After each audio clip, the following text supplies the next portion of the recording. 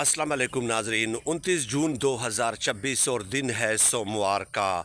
कल की एक वीडियो में चंद गुजारिशात आपकी खिदमत में पेश की थी और वो गुजारिशात थी कराची में जो रेंजर्स के हेड क्वार्टर पे हमला हुआ है। और कल की वीडियो में मैंने आपको बताया था कि एक जो दहशतगर्द है वो ज़िंदा हालत में उसको गोली लगी थी और वो भागने की कोशिश कर रहा था, तो उसको गिरफ़्तार किया गया है।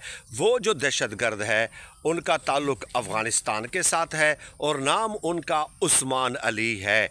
अब उनका बाकायदा एक वीडियो पैगाम जारी हुआ है जिसमें वो पश्तो में बात कर रहे हैं और उसके साथ उर्दू और इंग्लिश की सब टाइटलिंग भी मौजूद है। तो उसमें वो बात करते हुए बड़े इंकशाफात किए हैं उस शख्स ने। अब ज़ाहिर है सिक्योरिटी एजेंसीज़ की वो तहवील में है तो मज़ीद भी उनसे इंकशाफात सामने आए होंगे, लेकिन सिक्योरिटी एजेंसीज़ जो चीज़ बाहर आने के काबिल होती है, जो जितना बताना चाहिए उतना ही आवाम को बताया जाता है। अब उसमें वो जो उस्मान अली है वो ये कह रहे हैं कि मेरा ताल्लुक़ अफ़गानिस्तान के जलालाबाद के साथ है और वहाँ जलालाबाद से जो है मैं एक हफ़्ता पहले आया। पाकिस्तान में एक शहरी है अब्दुल हादी उनका नाम है। अब्दुल हादी के ज़रिए जो है हम कराची तक पहुँचे और अब्दुल हादी का जो ताल्लुक़ है वो बाजौड़ से है। हमें एक ज़ेर तामीर बिल्डिंग में जो है वो रखा गया था, ज़ेर तामीर बिल्डिंग में। और फिर आगे जाके कहते हैं कि मेरे साथ जो और साथी थे, एक का नाम उमर फ़ारूक, एक का नाम जनान, एक का नाम अब्दुल हादी था। एक हफ़्ता पहले हम कराची पहुँचे। ख़ुदकुश जैकेट्स जो हैं वो हमें अफ़गानिस्तान में फ़राहम की गई थी। इसके अलावा जो है बाकी जो बम वग़ैरह है वो हम ख़ुद तैयार कर लेते हैं, हमें इस किस्म की ट्रेनिंग दी गई है। ये बातें कही हैं उन्होंने। और फिर कहा कि मेरे जो साथी हैं अब्दुल हादी, जो उन्होंने एक दस्ती बम फेंका रेंजर्स हेड क्वार्टर पे और मुझे गोली लगी। मैं ज़ख्मी हालत में जो था मुझे गिरफ़्तार किया गया है। ये इंकशाफात अब उनकी तरफ से ज़ाहिर है सामने आ गए हैं। अब इसमें इंटरेस्टिंगली ये बात बड़ी दिलचस्प है कि एक हफ़्ता पहले अगर आप आ गए थे तो ज़ाहिर है इस हवाले से थ्रेट अलर्ट्स मैंने आपको कल की वीडियो में बताया था कि सिंध हुकूमत को जारी कर दिए गए थे, लेकिन जो मुक़्तदर हल्के हैं वो अब सिंध हुकूमत की इस बात से नाला हैं कि आपके मातहत इंटेलिजेंस ब्यूरो है, आपके मातहत जो है ना स्पेशल ब्रांच है, आपके मातहत जो है पुलिस के इदारे हैं, आपके मातहत CTD है, काउंटर टेररिज्म डिपार्टमेंट।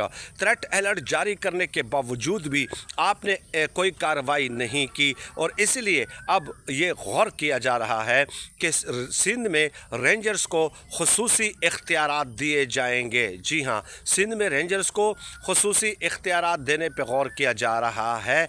अब इसी कॉन्टेक्स्ट में कल मैंने आपको बताया था कि अफ़गानिस्तान के ऊपर किसी भी वक्त जो है पाकिस्तान की तरफ से कार्रवाई की जा सकती है। तो रात तकरीबन 12:30 बजे के करीब पाकिस्तान ने ये कार्रवाई कर दी है। यूँ समझ लें कि अफ़गानिस्तान पे हमला कर दिया है। और वो कैसे किया है अफ़गानिस्तान पे हमला?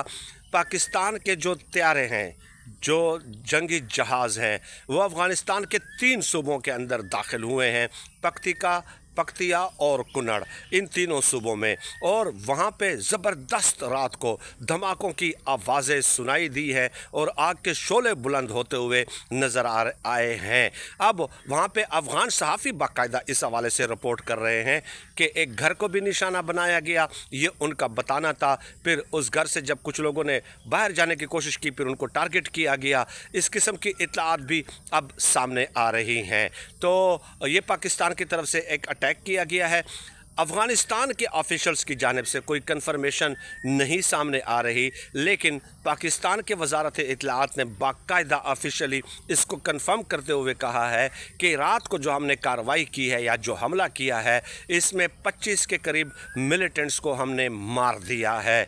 हमारे पास ज़ाहिर है और उनके असलहे के जो ज़ख़ायर हैं, जो डिपो है, उनको भी हमने तबाह कर दिया है। और ये इंटेलिजेंस अब इंफॉर्मेशन तो होती है ना, तो होता क्या है कि ये जो कहा जाता है ना कि घर के अंदर, तो मैंने आपको एक हफ़्ता पहले वीडियो में बताया था कि पाकिस्तान का मौक़िफ़ ये है कि ये जो पाकिस्तान के अंदर कार्रवाइयाँ करते हैं ना, और जो उनके सहूलतकार होते हैं, जो उनके ट्रेनर होते हैं, वो अक्सर औक़ात फिर घरों के अंदर पनाह ले लेते हैं या अपने घर जाकर सो जाते हैं। तो जब इंटेलिजेंट इंफॉर्मेशन मिलती है तो उनके घर को टारगेट किया जाता है। अब उसमें ज़ाहिर है उनके बीवी बच्चे वगैरह भी होते होंगे, ये तो है। ये तो अफसोसनाक बात है कि आप घर के अंदर अगर उसको टारगेट करेंगे और वो ख़ुद घर के अंदर अगर वो सो रहा है तो उसके घर को टारगेट करेंगे, तो ऐसा तो नहीं हो सकता कि वो उनके अहल खाना फिर निशाना न बने। इस बात का इनकार करना तो मेरे ख़्याल में सराहतन जो है ज़्यादती होगी। लेकिन अब क्या किया जाए, आप यहाँ पे आके मासूमों को मारते हैं, मासूमों को निशाना बनाते हैं, उनके बम वगैरह, उनको जैकेट्स वगैरह देते हैं, ठीक है। तो आप अगर घरों के अंदर फिर छुपे रहेंगे तो क्या आपको माफ़ कर दिया जाएगा, क्या आपको छोड़ दिया जाएगा? तो बहरहाल ये उनको सोचना चाहिए, ये उनके सोचने की बात है। तो ये पाकिस्तान ने कार्रवाई की है और मज़ीद भी जो है पाकिस्तान ने इस अज़म का इजहार किया है कि हम मज़ीद स्ट्राइक्स जो हैं, एयर स्ट्राइक्स, उसके ऊपर जारी रखेंगे अफ़गानिस्तान के ऊपर। और मज़ीद काबुल के ऊपर भी ये बात की जा रही है कि पाकिस्तान जो है गौर कर रहा है कि वहाँ पे भी जो ठिकाने हैं, जो सहूलतकारी उनकी हो रही है, उसको भी निशाना बनाया जाए।